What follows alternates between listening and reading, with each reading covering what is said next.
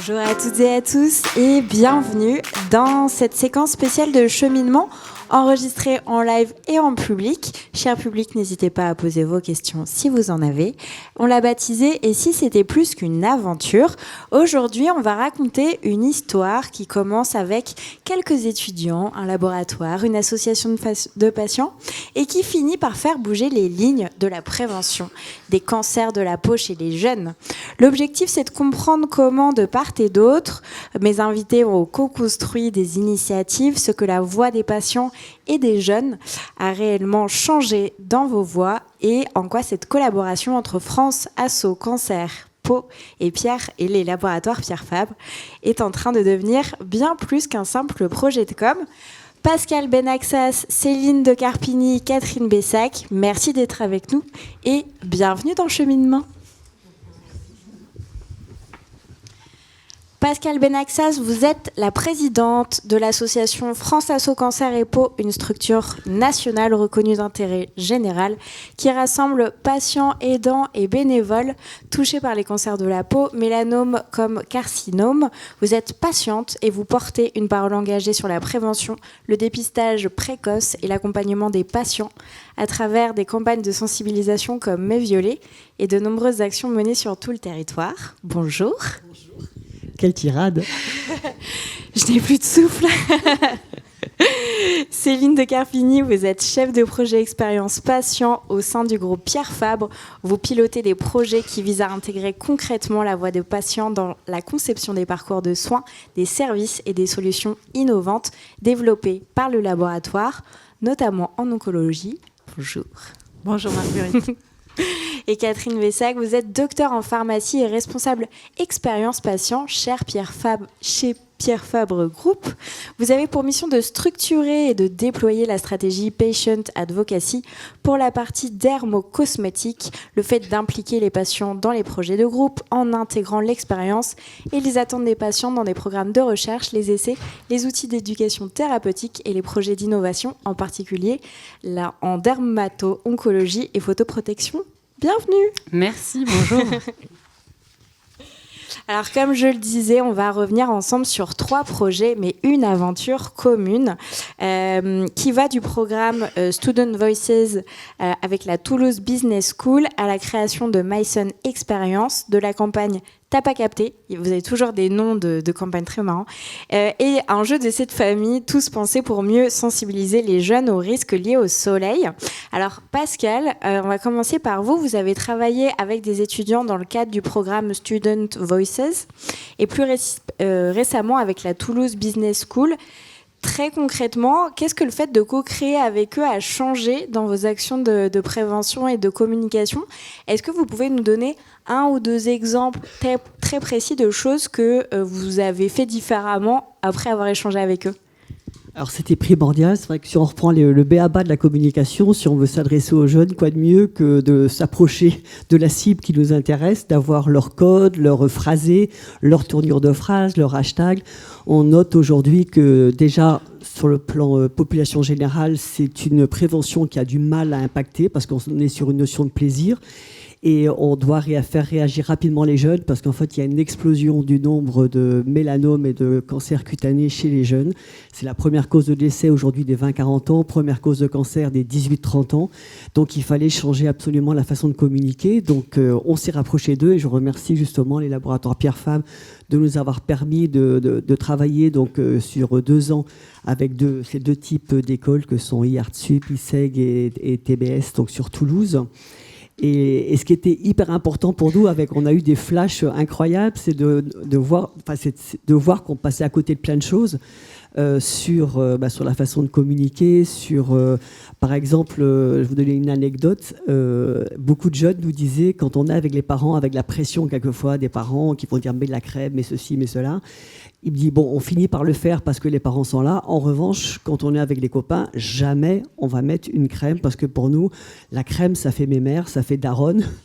Donc ça, c'est vrai que c'était un aspect auquel on n'avait jamais pensé. Et du coup, c'est porteur pour nous, parce qu'ensuite, quand on fait des publications, des posts sur tous nos réseaux sociaux, c'est quelque chose qu'on va utiliser, et donc du coup, qui va matcher chez eux, parce qu'on va le faire sous le ton de l'humour. Tu veux pas faire daronne, utilisent plutôt un stick ou autre. Et ça nous a permis également, c'est là où on voit, c'est un mot qui a été beaucoup plus utilisé ce matin, la co-construction. Donc ce sont aussi des remontées que nous avons fait auprès des industriels qui ont des produits dans la prévention solaire, par exemple, en leur disant, quand vous vous adressez aux jeunes, ne faites pas un focus sur les crèmes, puisque visiblement, ça fait bloc. Donc c'était extrêmement intéressant d'avoir cet aspect des choses. Et puis, on a pris conscience, surtout, nous, on parlait beaucoup de l'idée de se protéger, bien évidemment, de rayons UV, parce que derrière, on pensait cancer cutané. Mais en fait, le cancer cutané, ils se sentent un peu invincibles, les jeunes. Et en fait, on notait que ce n'était pas forcément la bonne porte d'entrée. En revanche, le poids de l'image dans la population sur cette cible-là, il est colossal. C'est leur vitrine, c'est leur carte de visite. C'est ce qui va dans les selfies, les lieux de rencontre, les réseaux sociaux. L'image est importante. Et donc, on a pris le parti de rentrer par cette voie-là, donc en montrant que ne pas bien utiliser les comportements aujourd'hui, c'est dégrader sa peau. Et sachant qu'on doit... l'espérance de vie augmentant, on doit protéger, ménager sa peau pour ne pas faire de dégâts au niveau esthétique. Donc, c'est la nouvelle porte d'entrée. Oui, justement, et j'allais vous dire, donc il vaut mieux avec les jeunes parler vieillissement de peau que de cancer. Donc on voit avec Mycene Experience cet impact du soleil sur la peau. Pourquoi justement vous pensez que ce message parle plus aux jeunes, aux familles qu'un autre ? Il parle plus parce que c'est aujourd'hui le maître mot dans la séduction, dans le bien-être, dans la façon de se montrer sur les réseaux sociaux, c'est d'être le plus parfait possible. C'est énorme ce poids de l'image chez les jeunes. Donc ça, on l'a vraiment compris dans les différentes écoles de commerce avec qui on a pu travailler. Et aujourd'hui, donc l'idée, c'est de se dire... Les UV, ça va dégrader, ça va accélérer votre vieillissement. Et aujourd'hui, on se protège des UVA.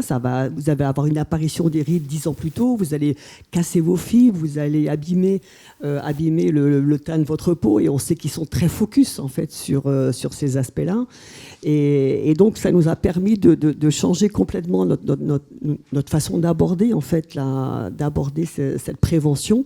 Et on voit, il nous donne des pistes en fait. C'est une mine d'or en fait, parce qu'on prend tout ce qu'il nous donne pour demain créer des posts sur. Là, on voulait développer tout ce qui est communication sur TikTok, ce qui nous semblait au départ un peu ahurissant de communiquer en santé sur TikTok. Mais bon, TikTok et Instagram, ça va être nos deux réseaux donc sur lesquels on a fait un focus aujourd'hui.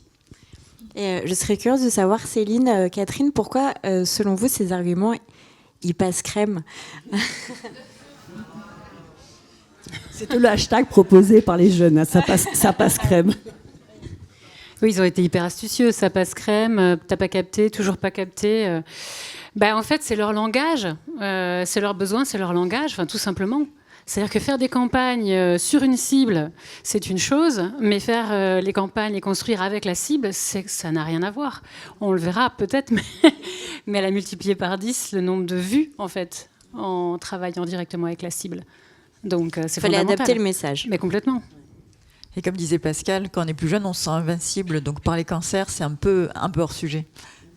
C'est un peu loin, effectivement. Et avec le travail qu'on a fait avec Céline, donc bien évidemment, notre cible actuelle, c'est les jeunes, parce qu'il faut vraiment les faire réagir sur cette problématique. Et avec Céline, c'est chez les tout petits, parce qu'on dit si demain on veut changer les comportements, ça va être en sensibilisant les petits dans l'environnement du vocabulaire en fait, de la prévention et l'observation. Et alors justement, j'allais vous demander, Pascal, vous avez donc appris plein de choses, mais même tout ensemble. Qu'est-ce que vous voulez en faire de tout ce que vous avez appris pour France Asso Santé et Peau ? Bien, on va faire... Donc là, ils nous ont préparé quelque chose d'extraordinaire, qu'ils ont fait des tas d'études qualitatives, quantitatives, des micro-trottoirs et autres. Donc on a une mine d'or pour nous. Et ils nous ont préparé un plan de campagne pour l'année. Donc, avec un plan rétroactif, en fait, donc des posts à publier, des opérations sur lesquelles on veut être. Ce qu'on a pu noter aussi aujourd'hui, c'est que les jeunes, ils veulent des messages chocs, des phrases chocs pour les interpeller. Ils veulent des données chiffrées, mais sourcées, donc pas des chiffres qui sortent du chapeau comme ça. Et puis, du témoignage. Donc, comme on a beaucoup de jeunes au sein de l'association qui sont touchés par les cancers cutanés, donc on va faire beaucoup plus de témoignages en fait chez les jeunes. Et quelque chose, bon, là je suis venu là, mais je suis au JDP à côté, donc à Porte-Maillot, donc c'est les journées parisiennes de dermatologie. Et avec les oncologues, en fait, c'est quelque chose qu'on est en train d'observer qui inquiète beaucoup. C'est le nombre de jeunes touchés par les carcinomes cutanés, et même les carcinomes cutanés épidermoïdes, qui est la forme la plus rare, mais un peu plus grave. Et en fait, c'est là où on voit, j'arrêtais pas de parler tout à l'heure du poids de l'image, c'est-à-dire qu'aujourd'hui, beaucoup de jeunes font une surexposition des UV, mais c'est impressionnant, et y compris donc les UV artificiels. Alors sachez qu'on a fait une pétition à l'Assemblée nationale pour arrêter en France les cabines d'UV. C'est arrêté dans plein de pays, dans 41 États. Il n'y a plus de cabines d'UV artificielles. Il faut savoir que si on en fait avant 30 ans, on augmente de 69% le risque de développer un cancer cutané. Et les oncologues appellent ça des machines à cancer. Et c'est vrai que comme il y a beaucoup d'UVA, donc bien évidemment, ça va être une accélération du vieillissement.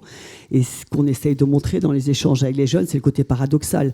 Ils veulent s'occuper de leur peau, bien vieillir, mais à côté de ça, ils font des actions qui sont complètement ahurissantes. Voir les challenges qu'on a pu voir aussi, vous avez dû le voir sur les réseaux sociaux cet été, avec les burn lines, ou les sun tattoos, donc là qui nous font sauter au plafond. Donc voilà, on va travailler là-dessus donc pour calmer le jeu. Mais en tout cas, on a un plan d'action extraordinaire, donc on va mettre ça en place. Céline, vous avez choisi de nous parler d'un jeu d'essai de famille. On se disait qu'il faut adapter le format. Alors, qu'est-ce que c'est ce jeu et pourquoi ça marche bien ? Alors, c'est venu d'une idée qui est née avec France Asso Cancer et Peau, en fait, de développer ce jeu de cette famille pour sensibiliser le grand public et en particulier, comme tu le disais, les tout petits et les plus jeunes aux risques liés à l'exposition au soleil. Et on s'est dit, mais quoi de mieux qu'un jeu pour véhiculer des messages de prévention ? On connaît tous le jeu de cette famille, on y a tous joué. Surtout l'été. Voilà, avec les parents. Et donc, on a créé ce jeu avec chaque famille qui est conçu pour représenter un des bons gestes à adopter. Et en fait, c'est un format qui est ludique et qui va favoriser les échanges, probablement même plus que des formats plus classiques, type brochure ou dépliant. Et finalement, les enfants vont être sensibilisés en jouant, ils vont en parler avec leurs parents, les autres joueurs, les copains, les frères et sœurs, et puis ils vont devenir des jeunes ambassadeurs de la prévention.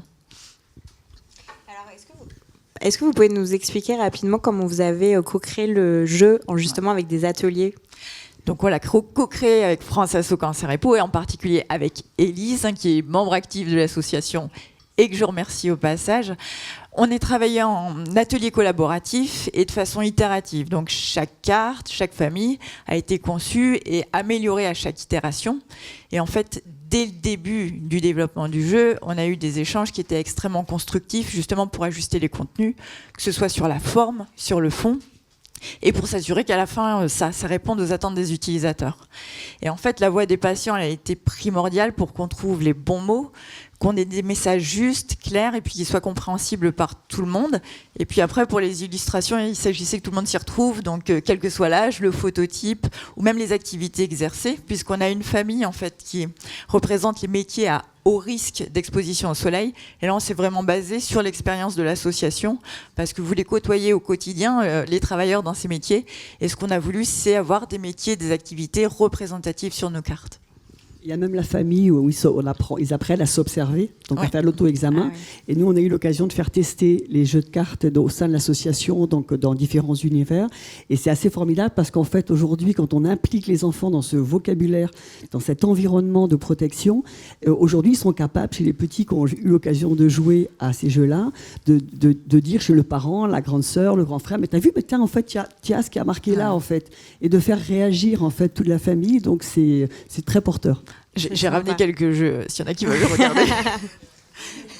Catherine, vous avez lancé le programme Student Voices en 2003 pour mieux comprendre justement les jeunes et leur rapport au soleil, sans rentrer dans tous les détails, parce que mon associé me fait des signes, de la dernière enquête. Qu'est-ce qui vous a le plus bousculé ou surprise dans ce que les étudiants vous ont appris finalement ? Alors, c'est un peu plus récent quand même, c'était 2023. Mais ce qui était intéressant, on a travaillé avec des étudiants français, espagnols, des étudiants allemands. Et en fait, tout ce qu'ils ont produit est mis à disposition des associations pour qu'elles créent leur propre axe de communication. Et donc, France Asso Cancer et Peau a retenu la campagne « T'as pas capté »,« Toujours pas capté »,« Ça passe crème », etc. Après, ce qu'on a retenu, ce qu'a déjà dit Pascal, le vieillissement, des chiffres, l'expérience et des chiffres customisés. C'est-à-dire que ça ne les touche pas s'ils ne se sentent pas personnellement concernés. En fait, c'est les contenus qu'on voit sur les réseaux sociaux. C'est point par point. Ouais. Donc, c'est très adapté. Voilà. Et c'est ça, du coup, qui a donné naissance à mySun Experience. Donc, si vous tapez mySun, mon soleil en anglais, expérience, vous atterrissez sur un outil qui a été créé justement suite à ces consultations d'étudiants. Et c'est un calculateur individuel de vieillissement de la peau. Exactement, attention. Hein. En fait, donc, on a travaillé là-dessus avec un enseignant-chercheur qui est basé à Tahiti, qui travaille avec l'Université de Polynésie française et qui est un data scientist. Et derrière, alors ce qui est intéressant là, j'ai envie de dire, c'est ce que disait Mark Twain ou Pagnol aussi l'a dit, c'est qu'il ne savait pas que ça n'existait pas ou que c'était impossible, du coup il l'a fait. Il a fait un algorithme qui va calculer en fonction de votre profil, de votre comportement au soleil, de là où vous habitez. Dans 15 ans, en fait, qu'est-ce qui va se passer pour vous? Le nombre d'heures de soleil que vous allez recevoir en plus. Donc là, on a des données qui viennent justement des données environnementales, notamment de l'Université de Polynésie, de l'évolution du cancer de la peau qui est attendue pour votre profil à cet endroit-là. Donc là, c'est Globocan. Et ensuite, il s'est basé sur nos données. On a des données d'une étude qu'on a faite sur 50 000 personnes qui s'appelle ALL, donc par rapport à votre comportement. Et ensuite, évidemment, votre type de peau. Et derrière, il a créé un algorithme qui va vous dire... combien d'années en plus vous allez prendre dans 15 ans selon la façon dont vous vous protégez. Donc, par exemple, une jeune fille qui aurait 25 ans, qui a un teint de peau, on va dire une carnation ni très claire ni très foncée, qui s'expose occasionnellement, qui applique un produit solaire de type 30, là on se dit, bon, elle est pas mal quand même, mais elle ne le réapplique pas toutes les 2 heures. Et là, paf, 5 ans dans la figure. Voilà. Donc voilà, moi personnellement, c'est 7 ans dans la figure. Et pourtant, je travaille chez Pierre Fabre. Et on n'est pas les pires. Alors la bonne nouvelle, c'est que vous pouvez rejouer plusieurs fois. Et vous verrez que vous progressez. Parce que le but est aussi que ce soit éducatif. Et ce jeu, il est mis à disposition donc, de la campagne qu'a encore réalisé cette année Pascal. Voilà. Je vous invite à tous à faire le test. Et puis, souvenez-vous, mettez de la crème. Exactement. Merci beaucoup. Et pas que. Merci, mesdames. Toutes les 2 heures.